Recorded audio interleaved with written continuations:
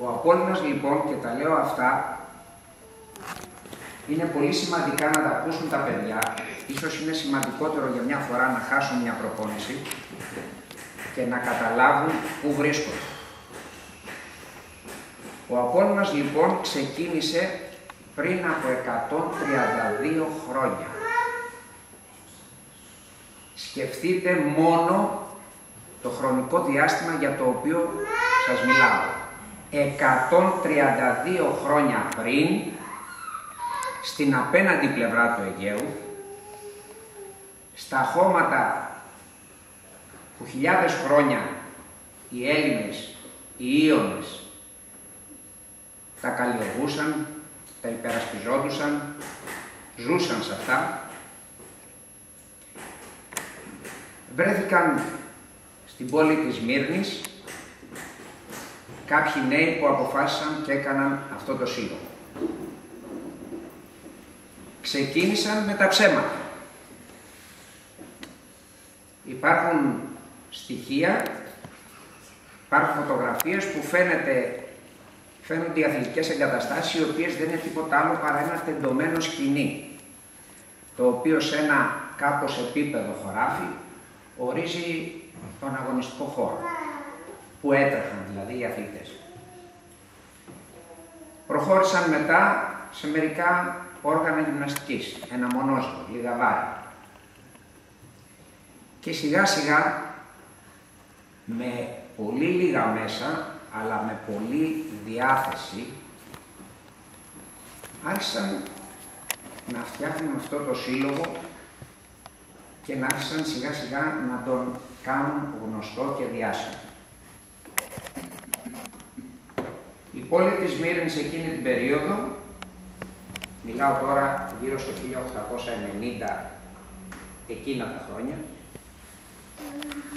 διακρινόταν για την πολύ ανθούσα ελληνική παροικία της, ελληνικό πληθυσμό της. Είχε φύγει πλέον από την έννοια της παροικίας, λάθος που έβαλα αυτή τη λέξη, ήταν ένα σημαντικότατο κομμάτι του πληθυσμού. Ήταν περίπου το 30% του πληθυσμού της Σμύρνης, η οποία ήταν μια πόλη με πανσπερμία φυλών, εθνοτήτων, θρησκευμάτων. Εκεί θα βρίσκε κανείς Έλληνες, θα βρίσκε τους Τούρκους Οθωμανούς, θα βρίσκε Εβραίους, θα βρίσκε Γάλλους, Άγγλους, Αμερικανούς, Ιταλούς, Γάλλους, Αρμένιους και δεν ξέρω τώρα να ξεχνάω και κανέναν άλλο. Οι Έλληνες διακρίνονται πάντα για τη δημιουργικότητά τους και για την ευστροφία τους, για την εργατικότητά τους, παρά το κοινώς διασπυρώμενο και λεγόμενο. Οι Έλληνες είναι εργατικός λαός, είναι εύστροφος λαός, είναι δημιουργικός λαός. Ιδιαιτέρως όταν βρεθεί σε περιβάλλον τέτοιο που να ευνοούνται αυτές οι λειτουργίες. Οι Έλληνες λοιπόν είχαν στα χέρια τους το εμπόριο της Σμύρνης, την επιστημονική τάξη της Σμύρνης, οι δικηγόροι, οι γιατροί, οι συμβολεογράφοι, οι φαρμακοποιοί, οι καθηγητές της φιλολογίας, στο μέγιστο ποσοστό τους ήταν Έλληνες. Αυτή λοιπόν η όλο και πιο πολύ αναπτυσσόμενη γρήγορα ελληνικός πληθυσμός θέλησε κάποια στιγμή, και λογικό ήταν, συνέπεια της ανάπτυξης, να καλλιεργήσει τον αθλητισμό. Έτσι βγήκε ο Απόλλωνας. Και για να είμαστε και ιστορικά σωστοί, και ο Πανιόνιος.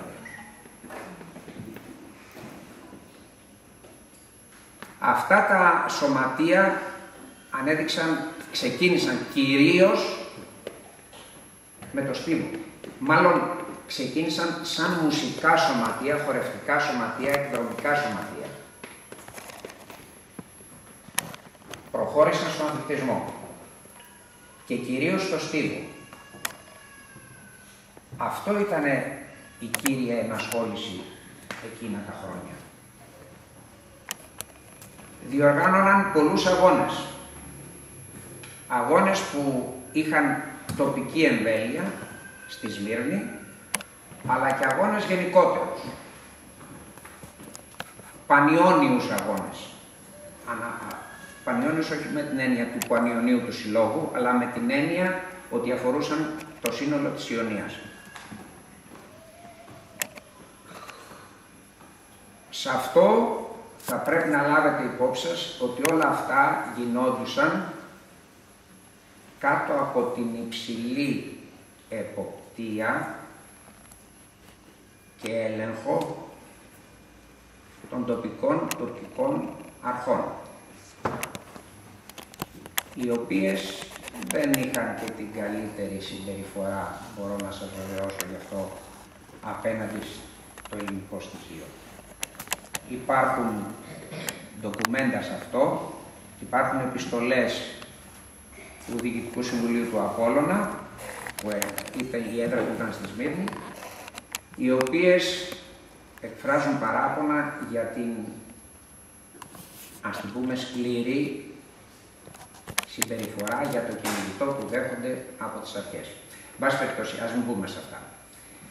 Εκείνο που θέλω να ξέρετε, ότι οι αθλητές του Απόλλωνα, του Πανιωνίου, είχαν πάρα πολύ καλές διακρίσεις, λάμβαναν μέρος και στους πανελλήνιους αγώνες, σαν μέρος του ευρύτερου ελληνισμού, ερχόντουσαν στην Αθήνα και λάμβαναν μέρος, και αναπτύχθηκαν ιδιαίτεροι δεσμοί των συλλόγων των ελληνικών της Σμύρνης με τους συλλόγους που υπήρχαν εδώ στην Ελλάδα. Ας πούμε, είναι πάρα πολύ γνωστοί οι φιλικοί δεσμοί μεταξύ του Απόλλωνα της Σμύρνης και του Πανελληνίου Γυμναστικού Συλλόγου. Γνωρίζετε τον Πανελλήνιο, έτσι, στο πεδίο του Άρεως δίπλα.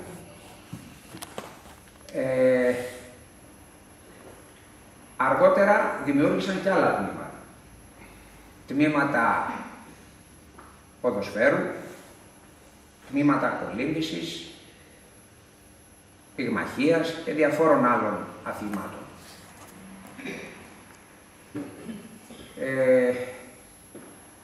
Φτάσαμε δυστυχώς στην καταστροφή στο 1922, όπου ξεριζώνονται όλος ο ελληνισμός, αλλά και οι γυμναστικοί σύλλογοι, οι οποίοι σημειωτέων έχουν δώσει πολύ σημαντικό φόρο αίματος εκείνα τα χρόνια του 1922. Υπάρχουν αθλητές του Απόλλωνα και του Πανιωνίου, οι οποίοι μαρτύρησαν και τα ονόματά τους υπάρχουν στο μυαλό πολλών μας. Έρχονται εδώ λοιπόν και δεν έχουμε όχι όργανα γυμναστικής, δεν έχουν να φάνε, αλλά έχουν όμως τη φλόγα μέσα στην καρδιά για να ξαναστήσουν το σύλλογο αυτό. Και ξεκινούν πάλι από το μηδέν, συνηθισμένοι. Ξεκίνησε πρώτα απ' όλα η ομάδα του ποδοσφαίρου, η οποία σημειωτέων ήταν πρωταθλήτρια τα τελευταία χρόνια στη Σμύρνη, ξεκίνησε να παίζει μπάλα εκεί που σήμερα είναι δίπλα από τις στήλες του Ολυμπίου Διός. Τότε ήταν τελείως αλάνα, ένας τελείως ελεύθερος χώρος, και εκεί πρωτοέδωσε τους πρώτους αγώνες.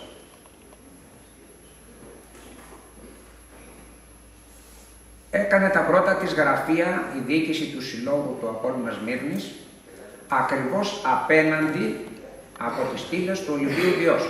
είχε νοικιάσει ένα δωμάτιο και εκεί είχε τα πρώτα του γραφεία ο Απόλλωνας στην Αθήνα. Συνεχίζοντας, βρέθηκε μια έκταση στο Ρουφ κοντά, εκεί που είναι μια εναέρια γέφυρα τώρα, είναι ο Άγιος Βασίλειος, και δίπλα υπήρχε μια μεγάλη ελεύθερη έκταση, η οποία τώρα έχει καταληφθεί από τις γραμμές του σιδηροδρόμου. Εκεί ήταν το πρώτο γήπεδο, το πραγματικό, με την έννοια την πραγματική της λέξης γήπεδο, και αθλητικές εγκαταστάσεις του Απόλλωνα για σημαντικά χρόνια. Εκεί άρχισε να δημιουργεί το όνομά του πάλι εδώ στην Ελλάδα. Εκεί πρωτοβγήκε πρωταθλητής Αθηνών, το 36-37 αν θυμάμαι καλά, αλλά μετά την ανωδική του πορεία την έκοψε ο πόλεμος. Ο πόλεμος, η κατοχή και μετέπειτα ο εμφύλιος. Υπολειτουργούσε αυτά τα χρόνια ο Απόλλωνας. Υπολειτουργούσε, αλλά δεν ξέχασε τα παιδιά του. Δεν ξέχασε κανέναν, όχι μόνο τα παιδιά του. Και μάλιστα ο Απόλλωνας δεν έβαλε ποτέ φίλτρα πολιτικά ή κομματικά στον τρόπο που βλέπει τον αθλητισμό. Απόδειξη ότι ο Απόλλωνας ήταν η μόνη ομάδα, ο μόνος σύλλογος, ο οποίος πήγε με την πλήρη του σύνθεση και αγωνίστηκε στη Μακρόνισσο. Κανένας άλλος σύλλογος, και όποιος έχει συνείδηση τι σήμαινε εκείνα τα χρόνια να φύγεις και να πας στη Μακρόνισσο να παίξεις, θα καταλάβει τι ψυχική δύναμη, τι σθένος, τι κουράγιο είχε αυτός ο σύλλογος και οι διοικούντες μες στις καρδιές τους. Ήρθαν χρόνια καλά, ήρθαν χρόνια δημιουργικά μετά. Ο Απόλλωνας συνέχισε να αναπτύσσεται, διακρίνεται στο πρωτάθλημα Αθηνών, τότε σας θυμίζω δεν υπήρχε εθνική κατηγορία, αλλά διακρίνεται και στο στίβο. Έχουμε σωρία αθλητών στίβου, οι οποίοι ξεπέρασαν τα ελληνικά όρια, τα ελληνικά σύνορα, και διακρίθηκαν και σε βαλκανικούς αγώνες και σε μεσογειακούς αγώνες. Είναι αθλητές οι οποίοι το όνομά τους είναι πάρα πολύ σημαντικό στην πορεία του ελληνικού στίβου. Είναι ας πούμε ο Χιώτης. Μεγάλο όνομα στους δρόμους ημιαντοχής και αντοχής. Είναι ένας άνθρωπος ο οποίος διακρίθηκε και σε μεσογειακούς αγώνες. Διακρίθηκαν άνθρωποι και από άλλα τμήματα του Απόλλωνα. Από το τμήμα πάλης, από το τμήμα box. Το ποδόσφαιρο συνεχίζει την πορεία του. Είναι ένας σύλλογος ο οποίος ανθεί. Αυτή την πορεία ήρθε να μας την κόψει, να το πω λιγάκι έτσι,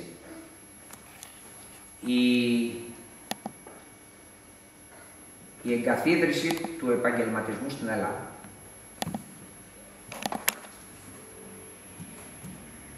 Οι απολωνιστές πάντοτε ήταν ερασιτέχνες. Ερασιτέχνες στη λογική τους, αλλά με αρακλείδες. Άνθρωποι που ό,τι κάνουν, το κάνουν με την καρδιά τους. Ίσως οι μέρες που ξεκίνησαν από την εφαρμογή του επαγγελματισμού στο πιο γνωστό άθλημα, το ποδόσφαιρο, και το οποίο, μην κρυβόμαστε, ήταν ο χρηματικός υποστηρικτής του συλλόγου. Γιατί τα έσοδα του ποδοσφαίρου έδιναν τη δυνατότητα στον σύλλογο, σαν σύλλογο, να προχωράει. Από εκεί και πέρα υπάρχει μία πορεία για την οποία, εντάξει, μπορεί να πει κανείς θετικά, μπορεί να πει και αρνητικά πράγματα. Η ουσία είναι ότι σε κάποιους δύσκολους καιρούς πάρθηκαν αποφάσεις οι οποίες καλούμεθα εμείς τώρα να τις ανατρέψουμε. Όποιος θα θυμάται το γήπεδο αυτό εδώ παλιά, δεν ξέρω αν το έχει στο νου του κανείς, το γήπεδο αυτό δεν ήταν γήπεδο ποδοσφαιρικό αποκλειστικά. Ήταν στάδιο. Υπήρχαν διάδρομοι για αγώνες δρόμου, υπήρχαν σκάματα για άλματα και μέσα σε αυτό το στάδιο είχαν αναπτυχθεί οι αθλητές που σας ανέφερα. Τώρα εμείς λοιπόν θέλουμε να ξαναζωντανεύσουμε αυτό το τμήμα του στήλου. Και ξεκινήσαμε από το 0. Πήραμε τα παιδιά σας που με τόσο εμπιστοσύνη τα φέρατε εδώ και σας ευχαριστούμε θερμότατα γι' αυτό. Και θέλουμε σιγά σιγά να ξεκινήσουμε από πάρα πολύ χαμηλά. Είναι η λυμμένη απόφασή μας και συνειδητή απόφασή μας. Δεν θέλουμε αθλητές φτασμένους να κάνουμε μεταγραφές. Θέλουμε αθλητές να ξεκινήσουν από παιδάκια, όπως τα βλέπω τώρα μπροστά μου, και να μεγαλώσουν έχοντας αυτές τις αντιλήψεις. Μπορείτε να τις πείτε ρομαντικές αντιλήψεις, αλλά εγώ θα τις έλεγα όμορφες αντιλήψεις.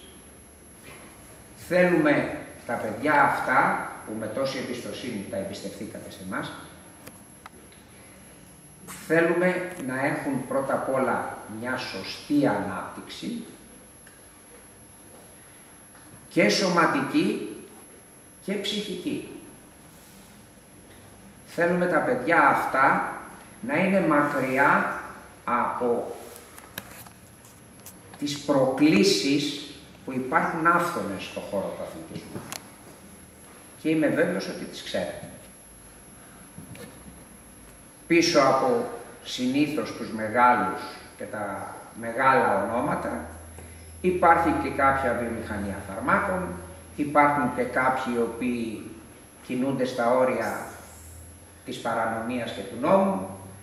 Εμείς αυτά τα πράγματα δεν τα θέλουμε, είναι μακριά από μας και όποιος σκέφτεται κάτι τέτοιο μέσα στο μυαλό του, σας το λέω με κάθε ειλικρίνεια, καλό θα ήταν από τώρα, προτού δημιουργηθούν συναισθηματικά δεσίματα μεταξύ μας, να διαλέξει άλλο σύλλογο.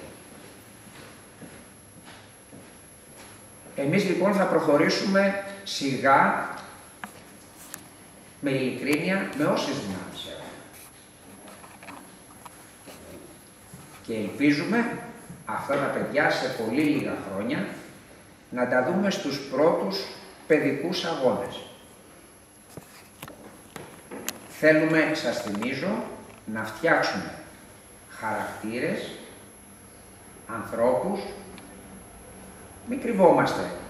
Δεν θα γίνουν όλα τα παιδιά πρωταθλητές. Τα παιδιά όμως αυτά εμείς θέλουμε να έχουν καλή υγεία σωματική, καλή υγεία πνευματική και όταν κάποια στιγμή σταματήσουν τον αθλητισμό να είναι σε θέση να έχουν την ψυχική καλλιέργεια, τις ψυχικές δυνάμεις να σταθούν περήφανα στη ζωή και τίμια. Με λίγα λόγια, νους υγιής, σώματι υγιή. Αυτό πιστεύουμε, αυτό θέλουμε. Σας ευχαριστούμε πάρα πολύ που μας έχετε εμπιστευτεί τα παιδιά σας.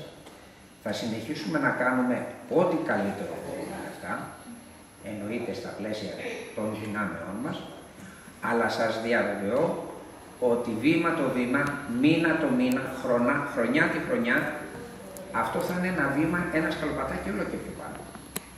Και πιο πάνω, και πιο πάνω, ώσπου να φτάσουμε να μπορούμε να κοιτάξουμε στα ίσια, στα μάτια, όλους τους εντός εισαγωγικών μεγάλους συλλόγους. Σας ευχαριστώ πάρα πολύ εκ μέρους του ΔΣ του Απόλλωνα.